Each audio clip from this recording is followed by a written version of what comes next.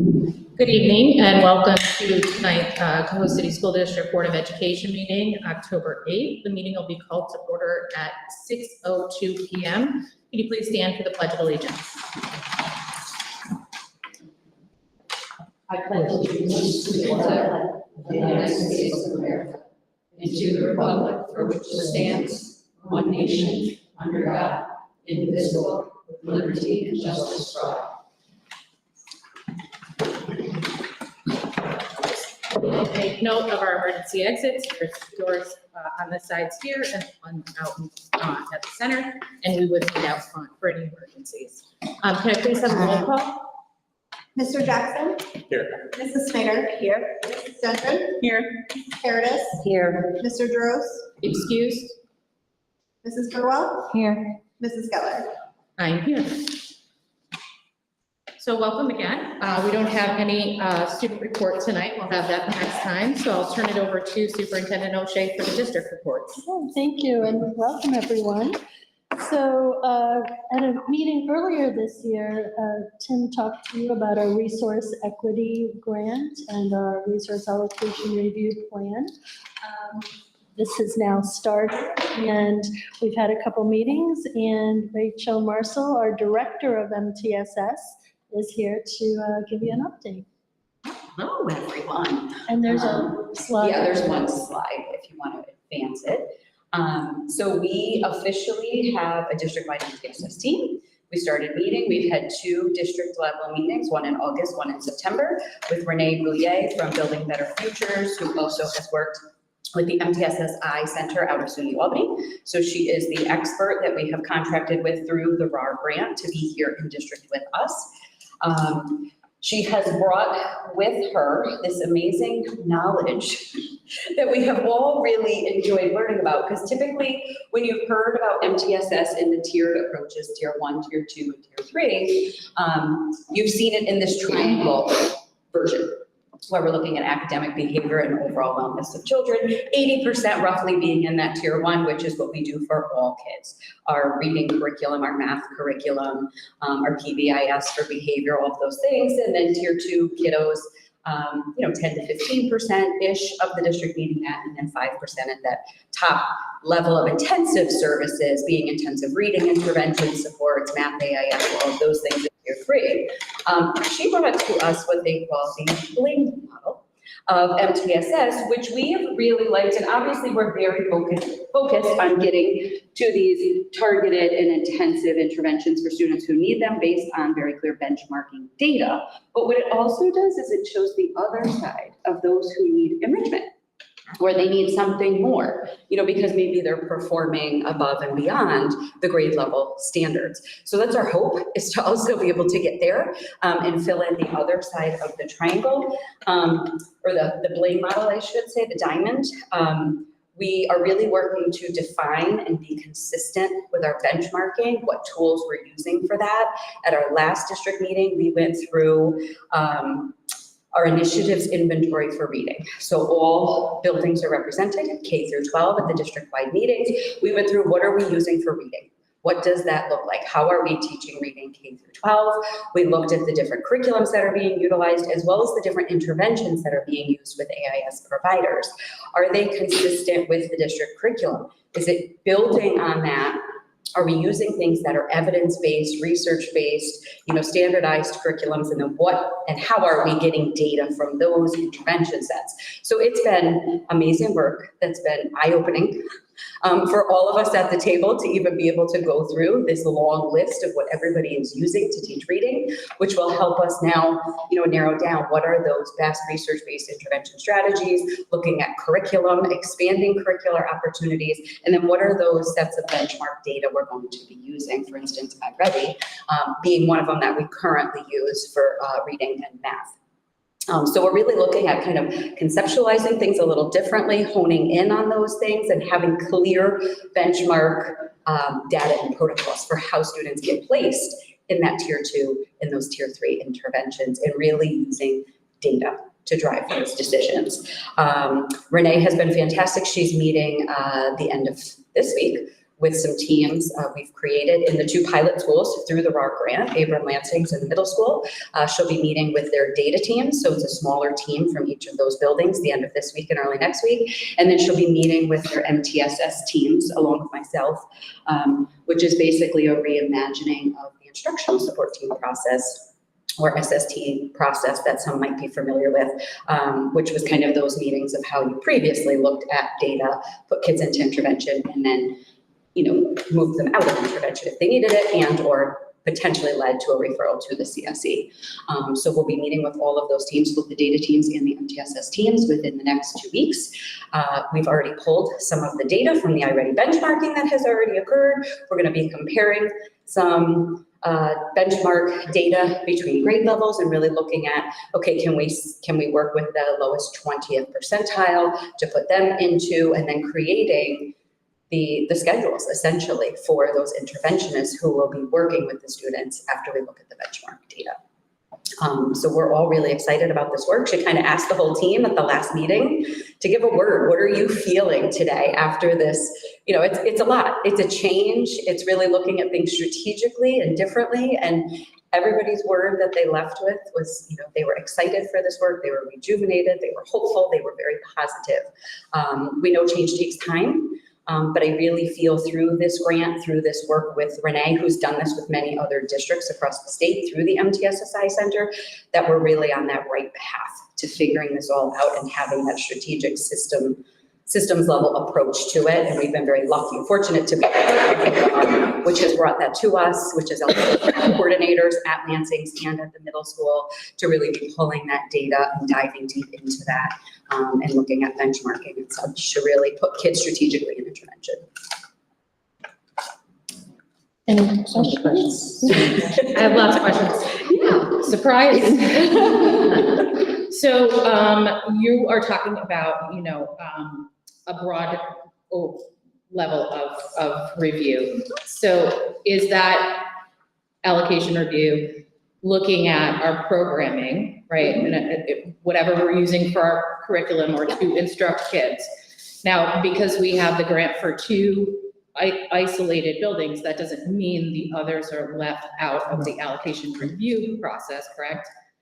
I do recall not too long ago, I feel like we purchased a reading curriculum and Nothing's changed with that. yeah. So it's just the pieces and parts that each of the buildings are doing outside of the curriculum that we are looking to more streamline and be consistent. Well, what we hope will couple with this, and Dr. Mundell, jump in if I'm wrong, through the resource allocation review grant, there's also looking at this PD and the work around that.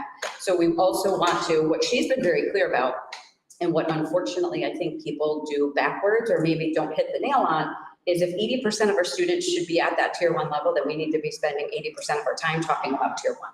What often happens when kids are struggling is you start spending all of your time talking about the kids who are struggling and not the tier 1 approach. So nothing's changing with our curriculum. We're just looking at, we have new teachers. Do they need more professional development to implement that with the real rigor and fidelity that keeps it an evidence research-based curriculum? And how are we delivering that in all of our buildings? So nobody's being left out. Everybody is on the district-wide committee. Those 2 buildings are the pilot buildings to do some data review cycles for this year. Look at what benchmarking data we're using. And are those benchmarks kind of helping us create the tier 2 and tier 3 intervention groups effectively? Are we reaching the right students using that benchmark data? Is it showing that it's having, an effect and impact? And being clear about that, and then all of the buildings, this will roll out to them over the next year. I keep, go ahead. So it was an initiative inventory that we took. So we just asked the people on the district-wide committee who represent all of the buildings, there's a team from each building, to get together, and they were mixed and matched. So they were different roles and from different buildings. And they brainstormed out all of the literacy, reading, ELA curriculum and resources that they're using across all of the buildings.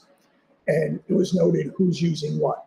They also sorted it by tier 1 resources, tier 2 resources, and then the general tier 3 tier 1 that everybody uses, tier 2 and tier 3 for the more intensive work with students. Once we have a handle on what's being used where and when and by who, then we can be consistent in how we benchmark the data we get, the assessments of what kids know and are able to do. And then we can drill down and really be precise with the strategies that we put in place to support their growth. So that was a real eye-opener of what's being used across the district, and it gives us thought later on down the road about what do we really need and what may we have moved beyond, and we might find some savings and cost efficiencies in that process. I'm just going to piggyback if that's okay. So our tier 1, we have done a lot of work saying we're using it to reading, foundations, Haggerty at K1.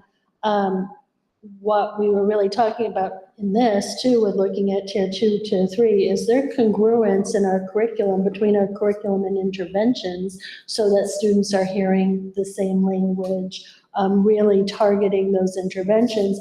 But this brings us district-wide back to some of our initial work about if kids are getting interventions, what is the protocol to get there? How long should that take, tier 2? What is the duration, the intensity, the grouping? Same thing with tier 3.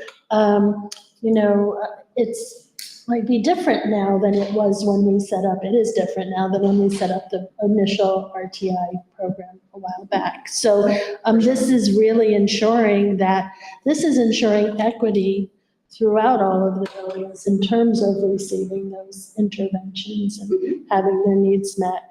And it's a very, Tim and I were there because it's truly a district-wide committee, and it was suggested, that we be there for those things as well. And it was amazing. And just the work that everybody, first of all, currently does, and then to see how everyone's willing to grow, expand, look at what they're doing, and, make it even better for our kids. Yeah.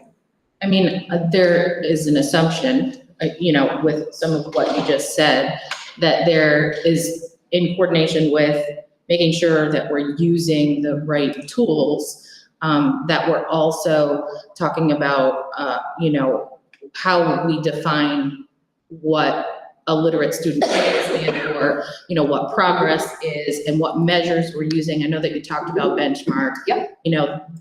My favorite 4-letter word, the data, right? So, having those conversations to know what in each of our buildings are we defining as someone who is tier 3 or tier 2, understanding that organizing the supports in a singular way to be district-wide, to say, okay, this is what we do, so that language is the same, and you're communicating effectively and expectations are set. But also, if you have a school that's higher achieving, does that mean that, the resource allocation, is equitable? Because, if we have students and we have one clear process to say, okay, this is our bucket of second graders, and this is what it looks like to be on track in second grade. This is what it looks like to need, basic support through tier 2, and then intensive support through tier 3. We have to, as a district, look at that grade level across all of our buildings. Right. So, Absolutely. yeah, I just wanted, I assume that this is part of it, And right? the Like, cut-throughs and the benchmarking and all of that between the tiers will be part of this process that we are creating once we pick all of those, because you need a few benchmark items. So assuring that K-5, it doesn't matter which building, we're using those same benchmark tools at all of the buildings, because then you can compare all of second grade. You can take Van Skyke, Lansing's, Harmony, you can look at everybody because they're using the same benchmark data. So making sure we're getting to that point, but cut scores and all of that will be a part of it. If your score is here, tier 2, this is how you get out of it. All of those things will be part of this process. Rachel, we're talking about reading at this particular, At this meeting, at yeah. this meeting, and we're talking about the inventory.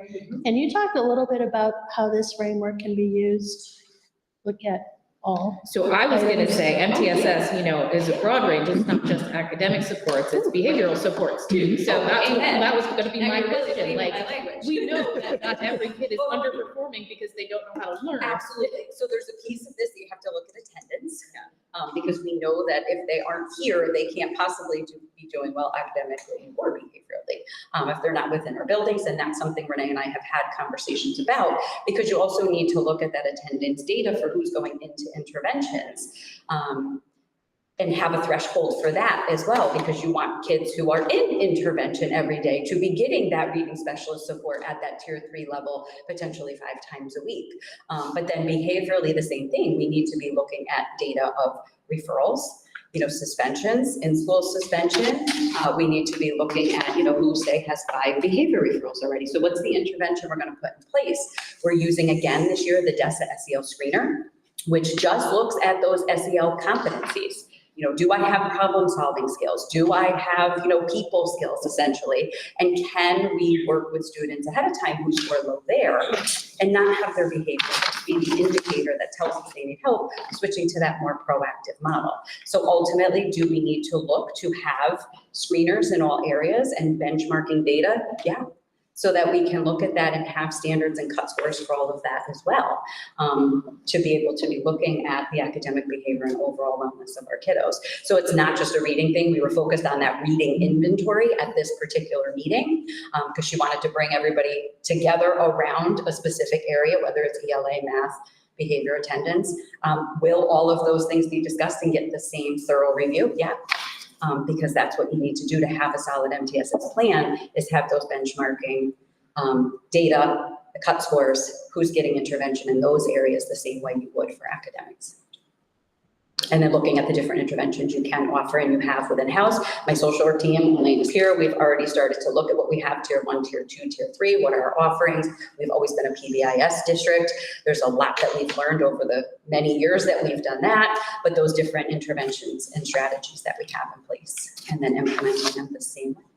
So equally important, you know, for as we're going through these process to establish where we are, where we're going, and have a level of expectation as a district, but then also to figure out how do we systemize accountability, and how do we make it so that this is what we do, and we have a consistent process throughout the district and making sure that it is being implemented. And so I think that's, you know, going to be where you come into the equation. You know, this is important work, and I would hate for, you know, us to go through that process without thinking and systemizing the approach as we go, which I'm not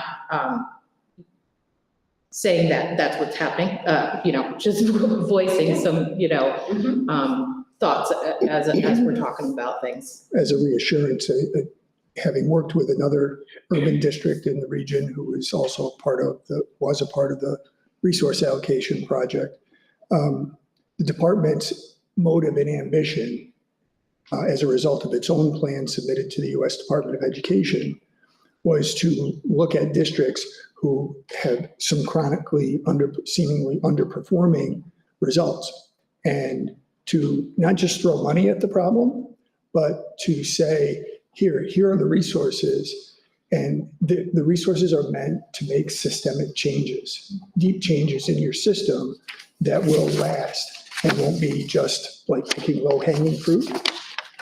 So by design, we have 2 buildings. One is participating because they're on a plan, and the other because they've been identified as potentially could be on a list next year. And so those 2 buildings are participating directly, and they're like the laboratories. But the district-wide team is made up of everyone. And the intention fully is to then, once we build this system in each building and have teams of teachers and support staff working these data cycles 2 or 3 times a year, they'll become very savvy and sophisticated with the data and use it just like when the doctor sends you for blood work and gets the results back and looks and sees the numbers and knows what to prescribe at that point in time for your particular instances. We'll then build out the other 3 buildings, and they'll be ready for it because they'll have voices in their buildings during this coming year and probably next year as well. So I feel like your point is well taken, and the design from the department on down is to build out systems across school districts, because that's how you're going to make the lasting change in student performance.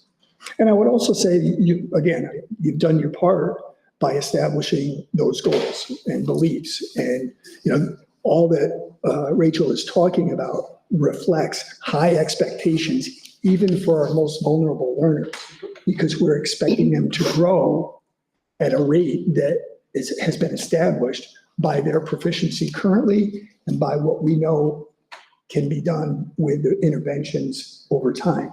And so each student being stretched to, a 1 year of growth in one academic year, and maybe to a more than a year of growth, a stretch goal each year. And so it'll be interesting to watch that unfold over time. So that is high expectations. But when you combine it with the social emotional stuff, you also have an improving climate and culture in the building. And when there's an improving climate and everybody feels safe being there and everybody feels motivated in being there because they're doing well, it becomes a culture. And we get really good at the things that we're comfortable doing, and we get really good at pushing ourselves forward. And so I think we're on to a process that everybody's buying into it. Conversations have been extremely deep and thoughtful and purposeful.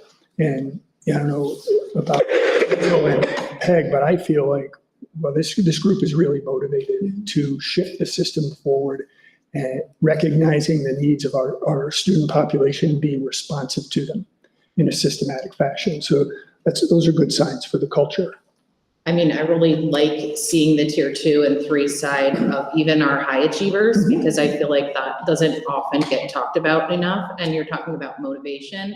And, a lot of times there are pivotal moments in kiddos' lives where it's like, I'm going to choose to go one way or another. And boredom often, takes over instead of that, curious mind and thoughtful thinker when we don't have resources to move that forward. So I like this new graphic. It's We were encouraging, very excited, the new model.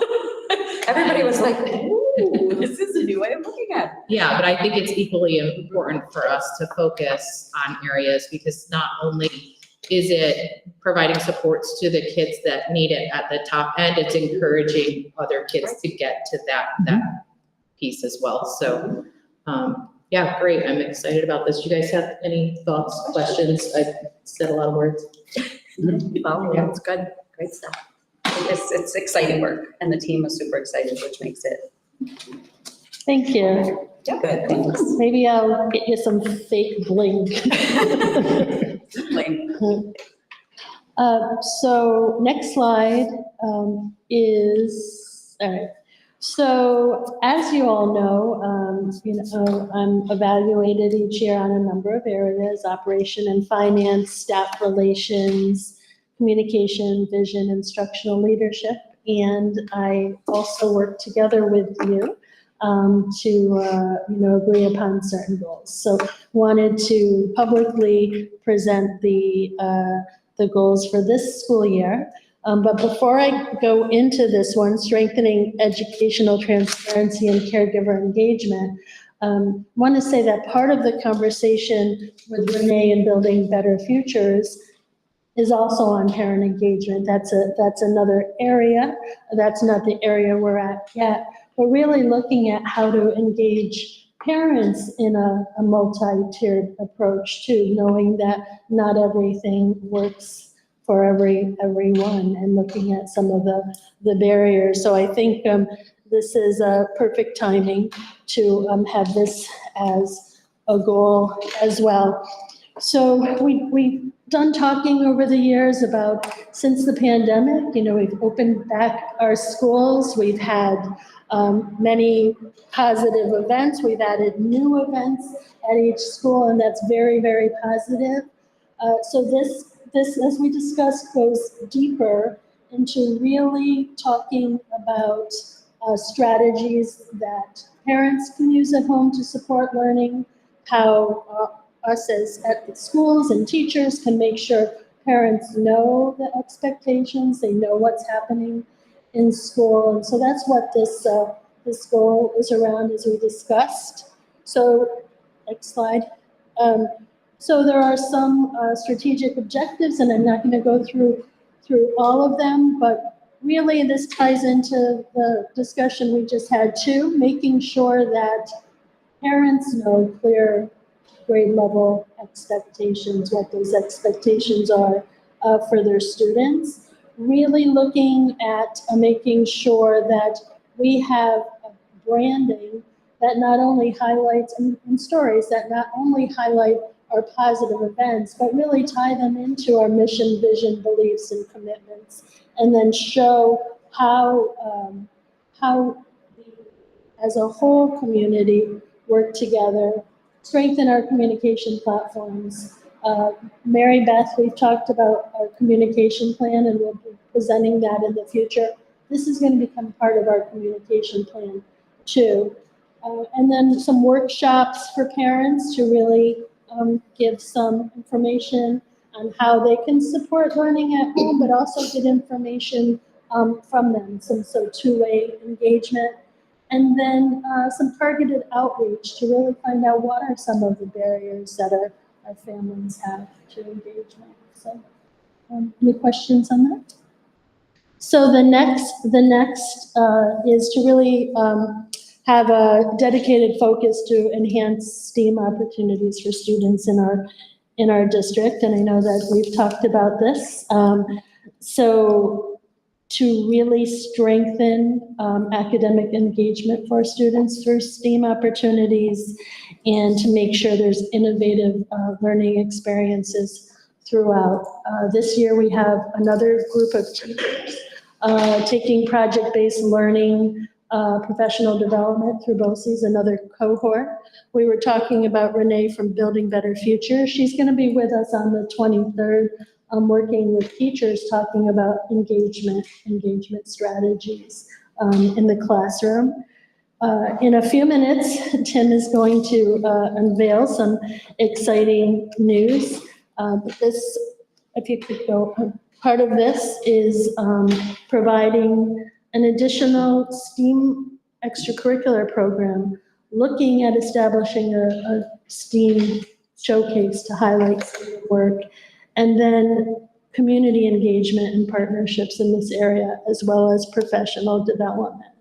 So we can, I'll leave some time for questions, but do you want to, you had a busy day Busy week already. the other day, if you want to. Yeah, yesterday I had the opportunity to represent the district at GE Aerospace Research and Development Center.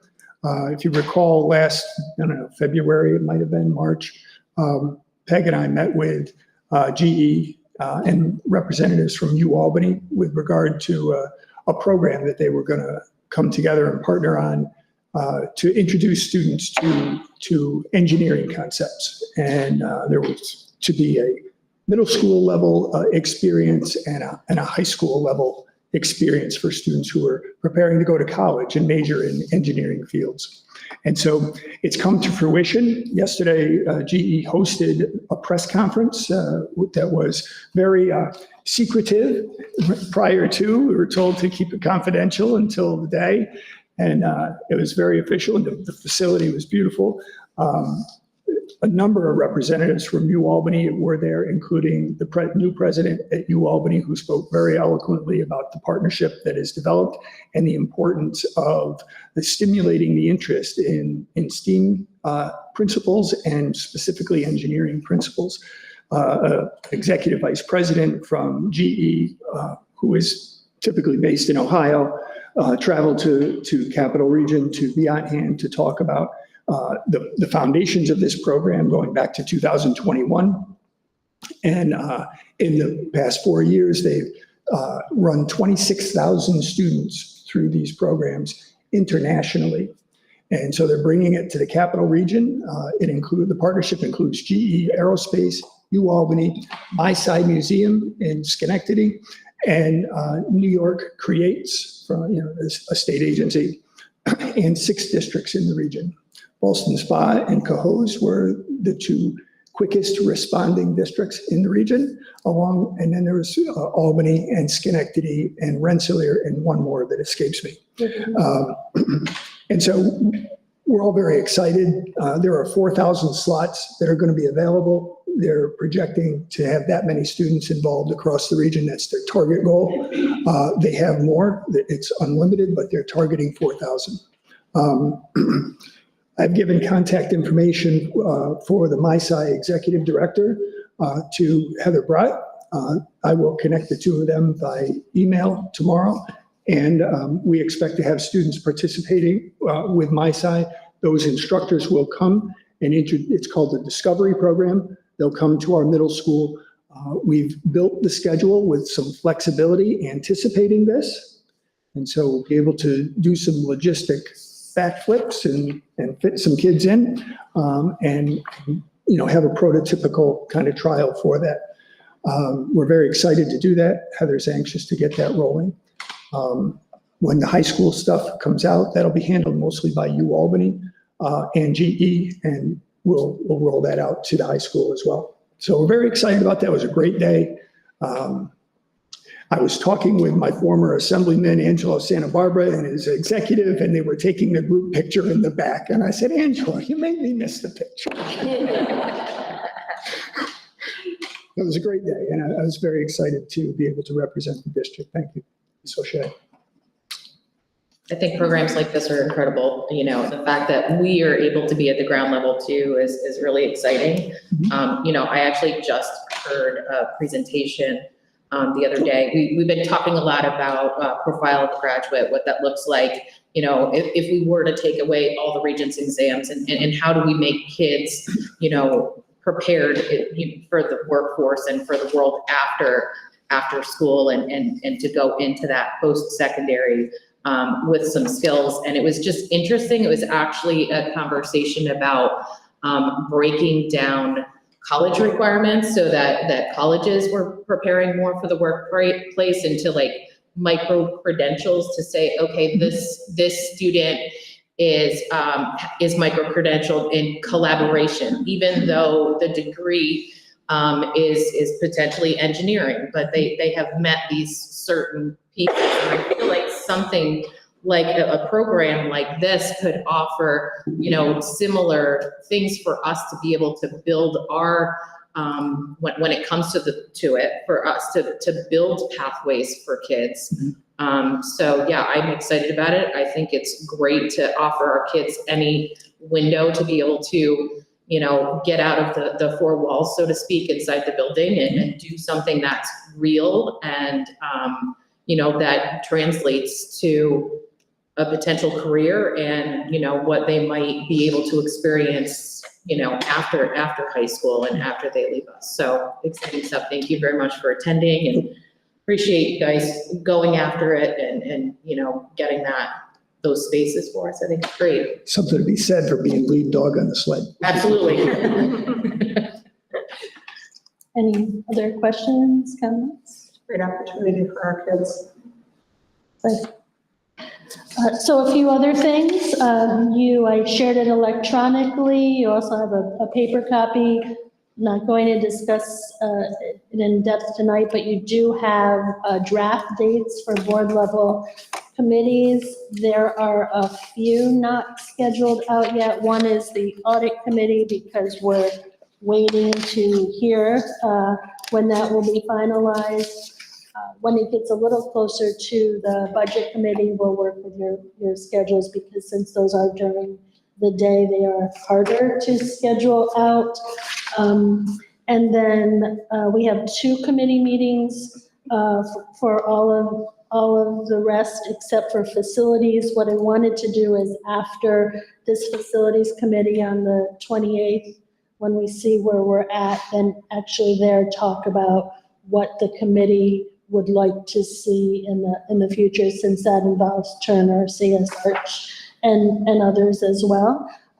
If any of these dates don't work, if you could just let us know and I'll have, we'll send them to and ask you again, but by the end of next week, so I can get the information out there to other committee members. And then also, this is draft of the district presentations, working with Stacy, Tim, Rachel. I wanted to share an outline with you, and then again, hear what some of those other things might be that you would like us to bring forward at board meetings.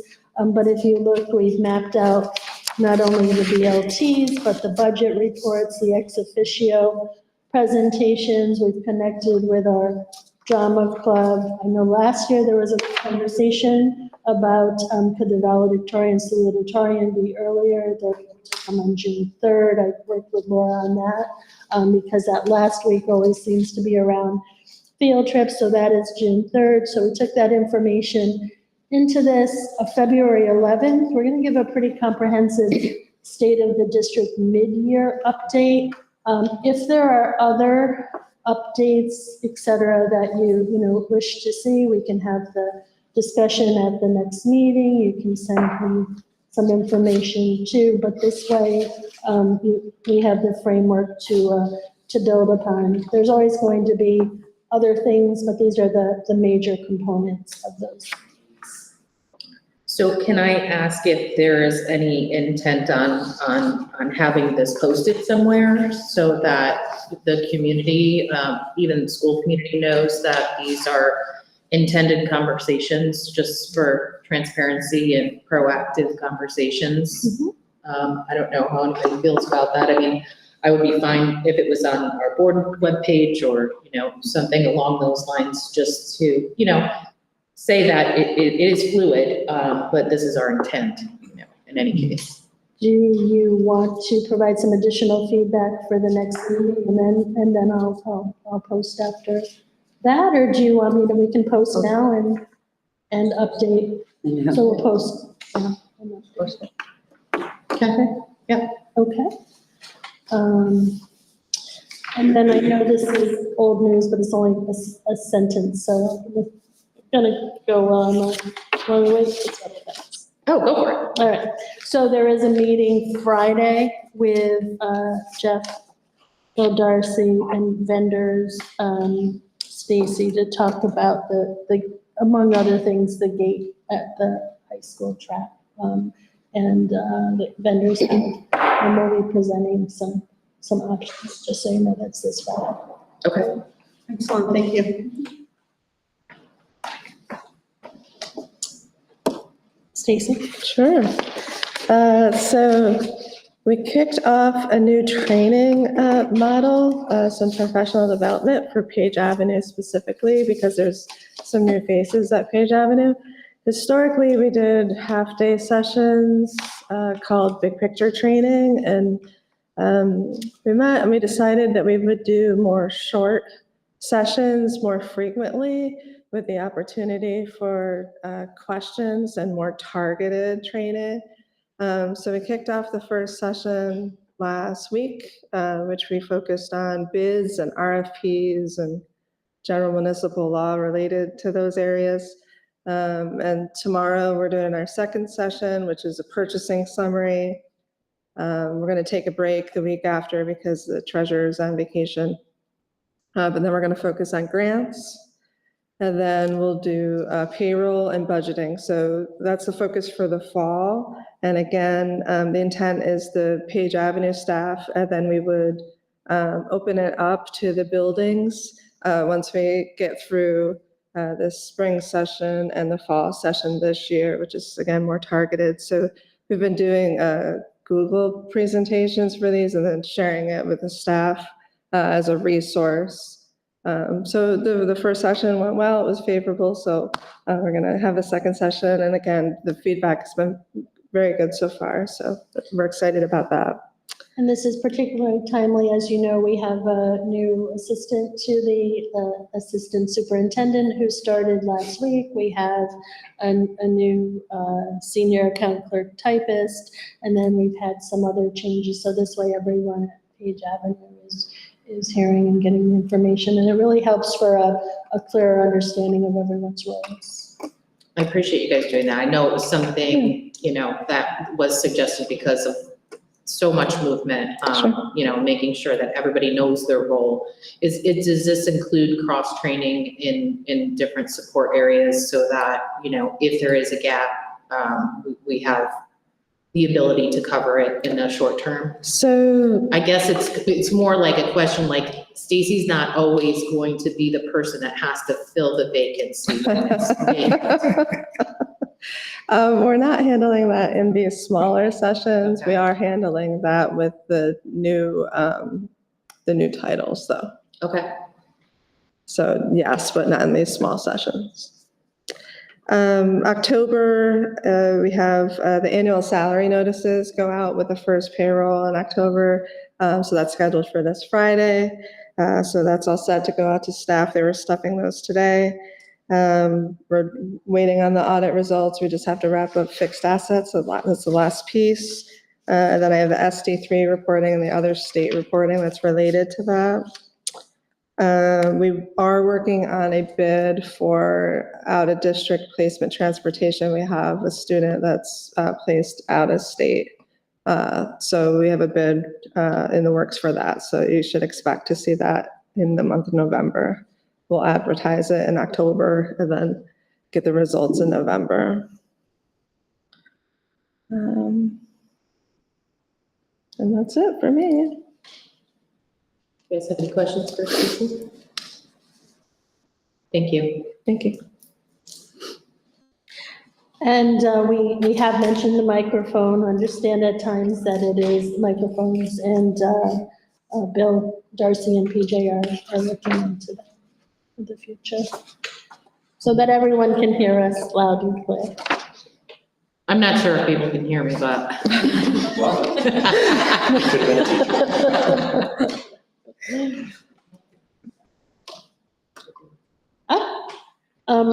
Next slide.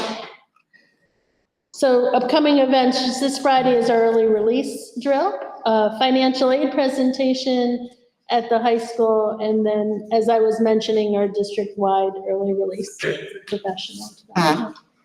And this is common across the district. Everyone has a half-day staff.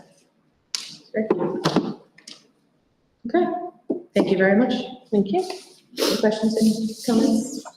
Okay, we'll move on to our agenda portion of the evening. Do any of the board members have items on tonight's agenda that they would like to discuss? Does the community have any items on tonight's agenda that they would like to discuss? I just have a quick question. I was asking Scott, but I might as well ask you guys. With the new changes in staffing at PJ, can something go out to all of this, the staff, just kind of knowing who to go to for what, because that's helpful. Just, you know. Yeah, so the plan, the assistant started Thursday. So the plan was to give him a week of training, get to know what, before we do that. So tomorrow, or Friday, I'm sorry, something is going out so everyone knows they can contact him for tutoring, et cetera. Ashley's been, working with him. So we didn't want to send that out too soon and then get things diverted from Ashley to him too soon. So it's going on. Any other questions? Just to further on it, are you asking like for everyone that's at Page Ave? Because you're just specifically saying the assistant. Well, Stacy have a document. already did hers. Stacy sent out the communication about the senior account clerk typist. That's the other new role. So the one that we haven't communicated about is Kyle, because he just started Thursday. Great. So are you looking for specifically just the new people, or are you looking for an outline of, Who's if I that need this, do I page at? Who go do I here? go If to? I need this, do I go Yeah, here? that's right in the back of the employee handbook that everyone gets, but we can make sure we send that page out separately too.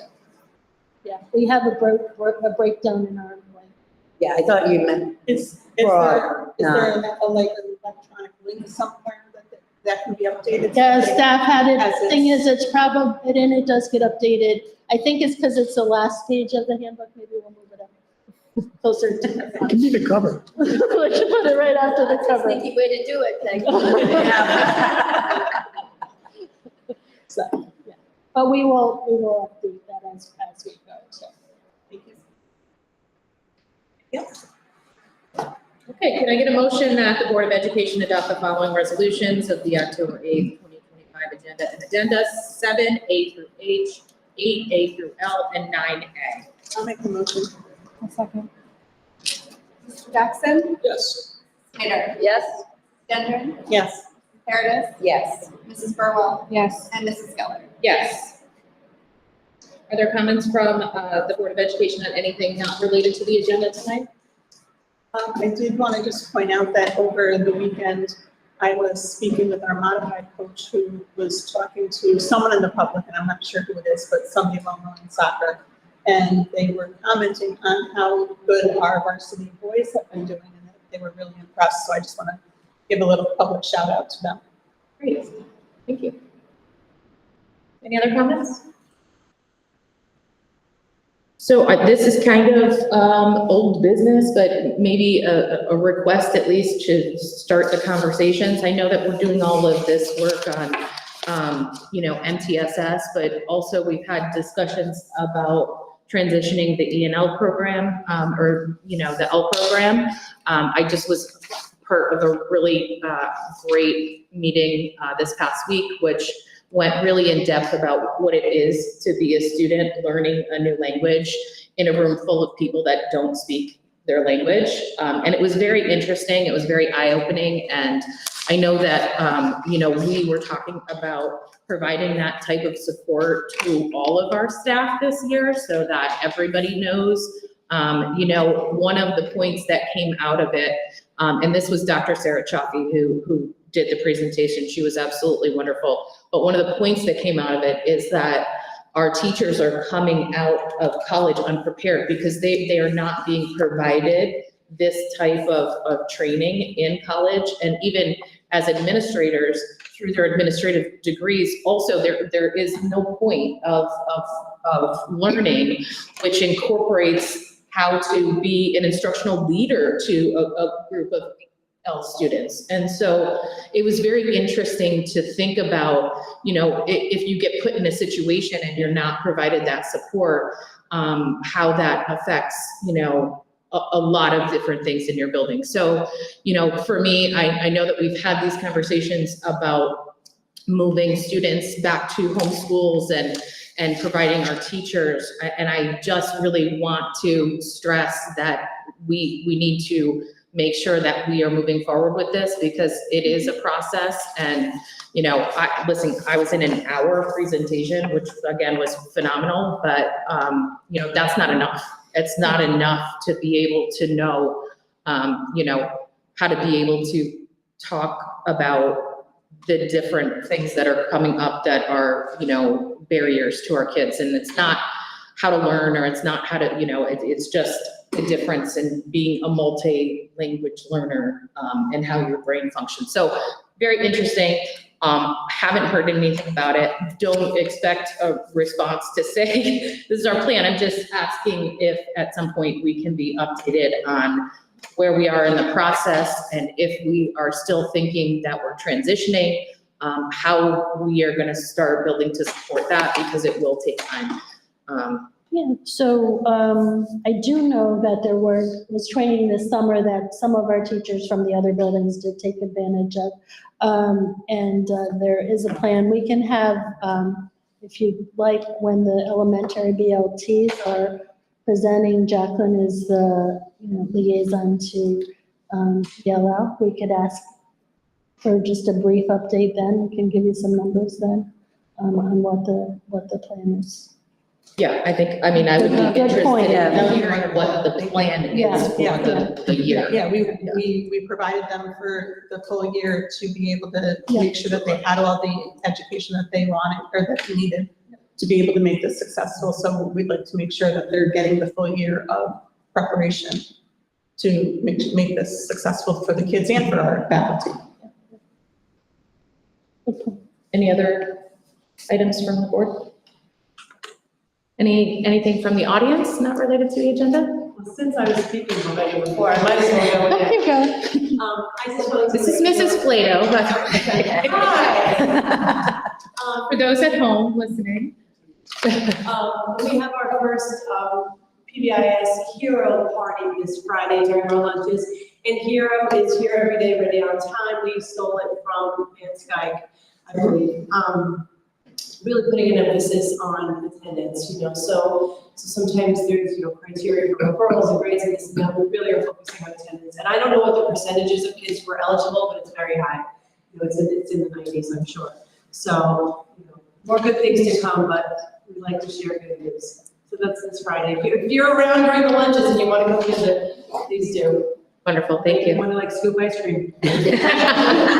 Are you doing it for like just the kids that make a percentage from all the classes, or All is it grades. all grades? All grades. If you have 5 absences or less than 5 lates or absences so far, that was our cutoff, then you're eligible for this. Great.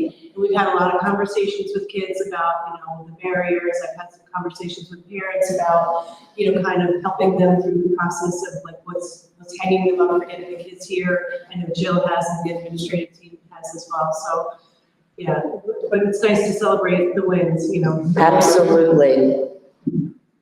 Thank you.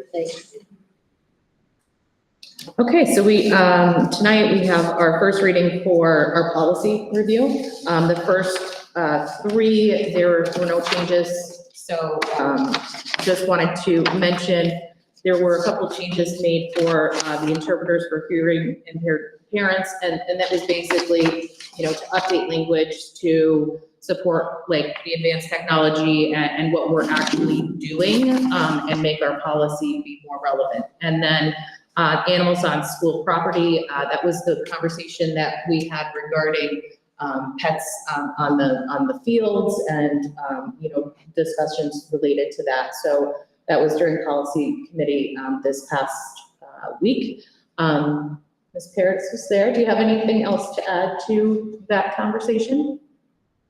No, I mean, it was pretty straightforward. We're pretty much in agreement on all of the policies that we updated, so. I mean, part of the conversation, it's hard to have a discussion about like limiting when we're also talking about the campuses, right? Right. So they're avenues for people to walk, and they're, it's not to say that we don't want people to have access to the property. It's just to say, specific areas that we need to protect are going to be limited. So I think we'll be hopeful once that goes through that we can get some signage and make sure that we take care of those things.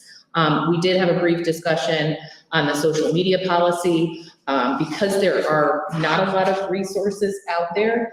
We're trying to, do our best to investigate, but also do a thorough job to make sure that our policy is also not inhibiting our work here too. So I think it's going to be a little bit of a development because there aren't a lot of resources out there or districts who have moved forward with a social media policy. So I just wanted to let you guys know we've started those conversations and we are trying to get some resources to help us build something that will be something that is not just for today, but for next year and years to follow. So something a little bit more all encompassing. So, okay.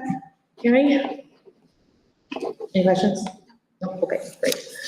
Dates for future meetings, October 22nd and November 5th, right here at Cohoes Middle School Library at 6 p.m. Can I get a motion to enter into executive session at 6:56 p.m. to discuss matters leading to the appointment, employment, promotion, demotion, discipline, suspension, dismissal, or removal of a particular person or corporation? I'll make a motion. I'll second. Mr. Jackson? Yes. Mrs. Miller? Yes. Mrs. Gendron? Yes. Mrs. Paradis? Yes. Mrs. Burwell? Yes. And Mrs. Geller? Yes. Thank you all for coming. We do not plan to return. Thank you, Ashley, for your, Technological skills.